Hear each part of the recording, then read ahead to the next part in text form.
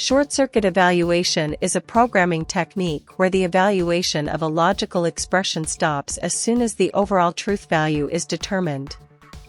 In the case of the logical and operator, if the first operand evaluates to false, the second operand is not evaluated. In the case of the logical or operator, if the first operand evaluates to true, the second operand is not evaluated. The opposite of short-circuit evaluation is complete evaluation, where all parts of an expression are evaluated regardless of the truth values of earlier components.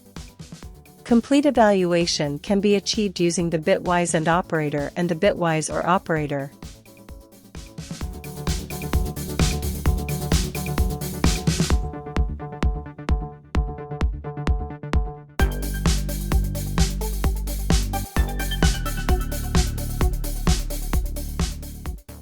Short-circuit evaluation improves performance by avoiding unnecessary evaluations, especially in complex expressions or when function calls are expensive.